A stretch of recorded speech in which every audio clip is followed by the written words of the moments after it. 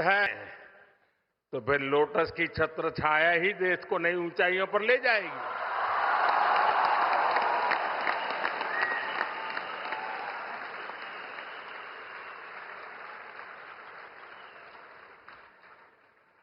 मैं art of living परिवार को इस ध्यान मंदिर के लिए अनेक अनेक शुभकामनाएं देता हूं।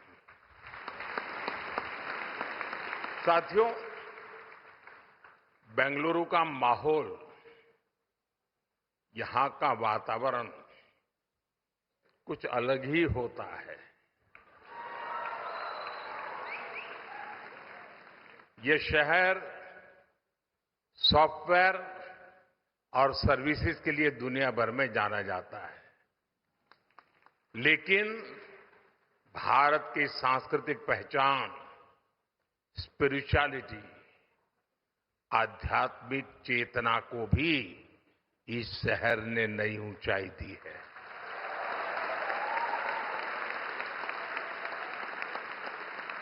योग, ध्यान, प्राणायाम भारत के संस्कारों का अभिन्न हिस्सा रहे हैं।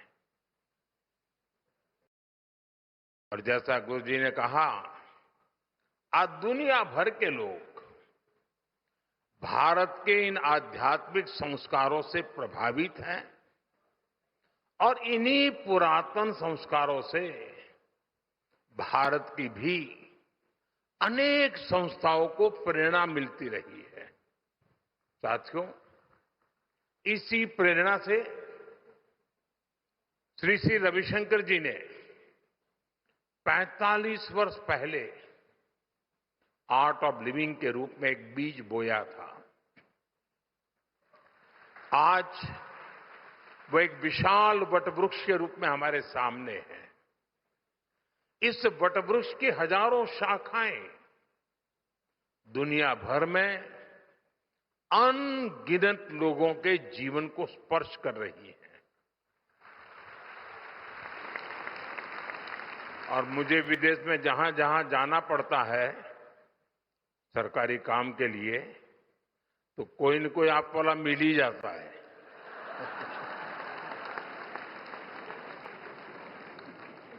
साथियों, हमारा भारत विविधताओं से भरा देश है। इतनी भाषाएं, इतनी परंपराएं, अलग अलग रीति रिवाज, उपासना के अलग अलग तरीके, जब हम इसे देखते हैं तो एक स्वाभाविक प्रश्न हम सबके मन में आता है, आखिर इन सभी सुंदर विविधताओं को जोड़ने वाला मूल तत्व क्या है? इसका उत्तर है स्वयं के लिए नहीं, बल्कि दूसरों के लिए जीना।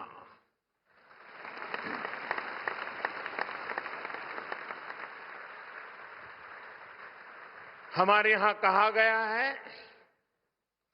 अष्टादश पुराणेषु व्यासस्य वचनम द्वयम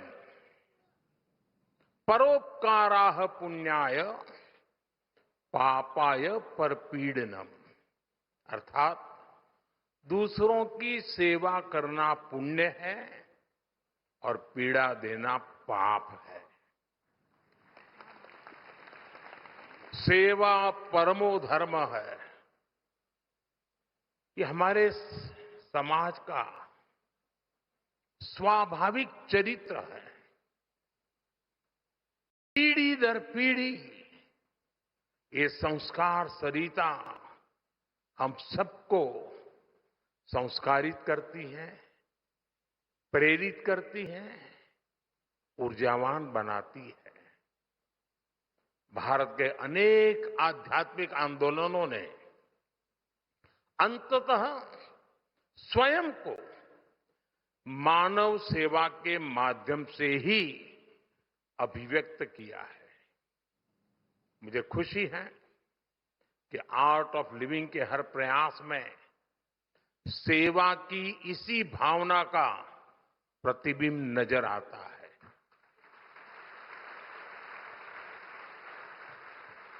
अभी जो वीडियो दिखाया गया, सेवा ही सेवा है, उसमें लोगों का ही कल्याण है। मैं आर्ट ऑफ लिविंग की यात्रा से जुड़े हर वॉलेंटियर को अपनी हार्दिक शुभकामनाएं देता हूं। साथियों, कोई भी अभियान तब सफल होता है जब उसके साथ समाज की शक्ति जुड़ जाती है। इसलिए ऐसे हर महत्वपूर्ण मिशन के लिए समाज की शक्ति को जागृत करना बहुत आवश्यक है। मेरा हमेशा से विश्वास रहा है कि समाज, राजनीति और सरकारों से भी अधिक शक्तिशाली होता है और कोई भी सरकार तभी सफल हो सकती है जब समाज स्वयं राष्ट्र निर्माण में सक्रिय भागीदारी निभाता है। अब जैसे हमारा स्वच्छ भारत अभियान है, ये सिर्फ सरकारी कार्यक्रम नहीं है, बल्कि ये लोगों के जीवन का स्वाभाविक हिस्सा बन चुका है। अब ये समाज की शक्ति से ही आगे बढ़ रहा है। साथियों, जब समाज सक्रिय हो जाता है, तब देश की सबसे बड़ी चुनौतियों का भी सामूहिक समाधान निकाला जा सकता है। ये देखना बहुत ही सुखद है कि आर्ट ऑफ लिविंग संस्था भी हमेशा से समाज की इस शक्ति को साथ लेकर चलती है। आप सभी ने विकास से जुड़े कार्यक्रमों में सोशल अप्रोच को बहुत महत्व दिया है, चाहे वृक्षारोपण अभियान हो या रूरल स्मार्ट विलेज सेंटर्स हो, महिलाओं और जनजातीय समाज को सशक्त बनाने वाले कार्यक्रम हो या फिर कैदियों के मानसिक स्वास्थ्य को बेहतर बनाने वाला अभियान हो। ये सभी प्रयास देश और समाज की विकास यात्रा के उसमें महत्वपूर्ण योगदान देने वाले होते हैं। साथियों, मैं एक और बात के लिए यहां उपस्थित हर व्यक्ति की प्रशंसा करूंगा, और वो है युवा शक्ति पर फोकस।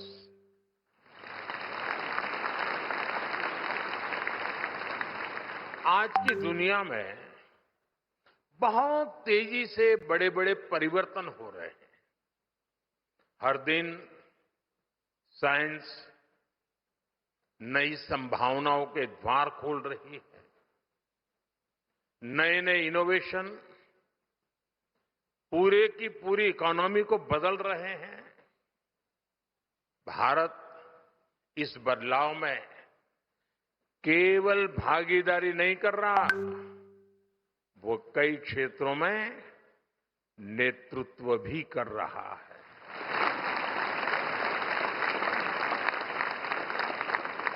हमारी डिजिटल क्रांति ने भारत को डिजिटल पेमेंट में ग्लोबल लीडर बनाया है।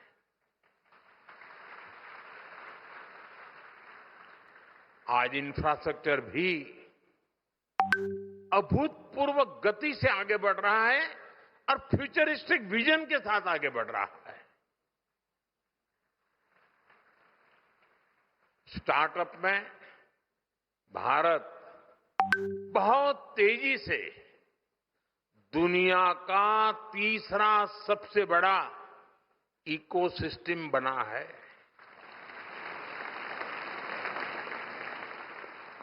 हमारे युवा आज स्पेस में अपनी सैटेलाइट भेज रहे हैं।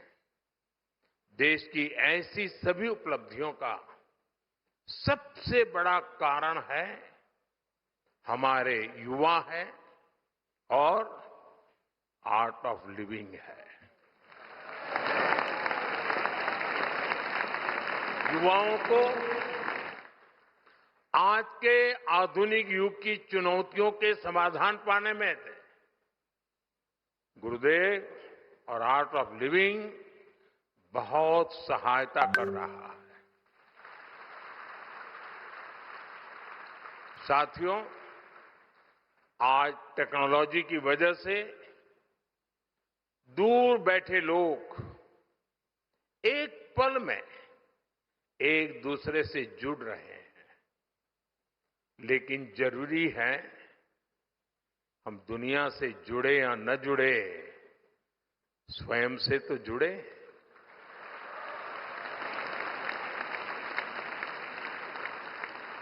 और ये स्वयं से जुड़ने की क्षमता को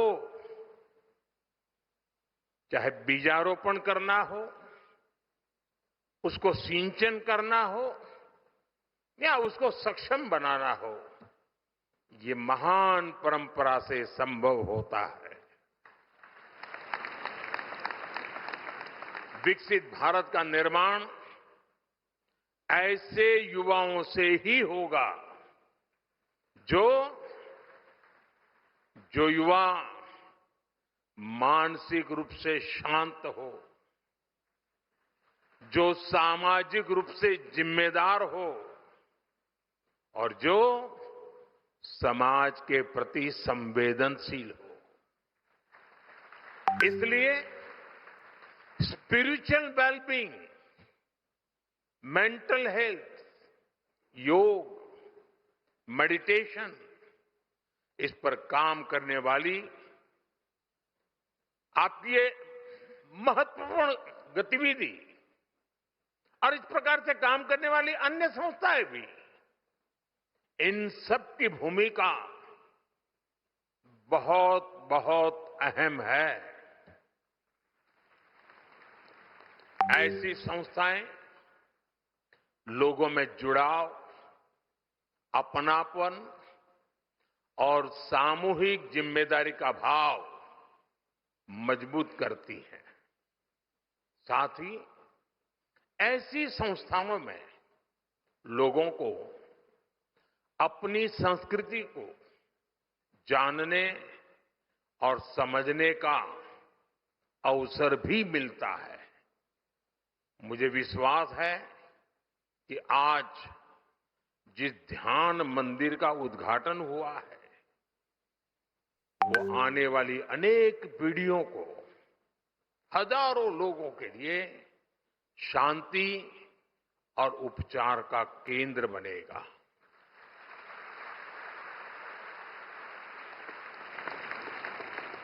साथियों, आप सभी देश और समाज के प्रति अपने कर्तव्यों को बखूबी निभा रहे हैं, लेकिन जब भी आपके बीच आता हूं तो कुछ आग्रह करने से खुद को रोक नहीं पाता। अभी मेरे बोलने से पहले ही गुरुजी ने कह दिया कि आपके 9 आग्रह हमें मंजूर है, तो बोलने को लिए कुछ बचा नहीं, लेकिन आदत जाती नहीं।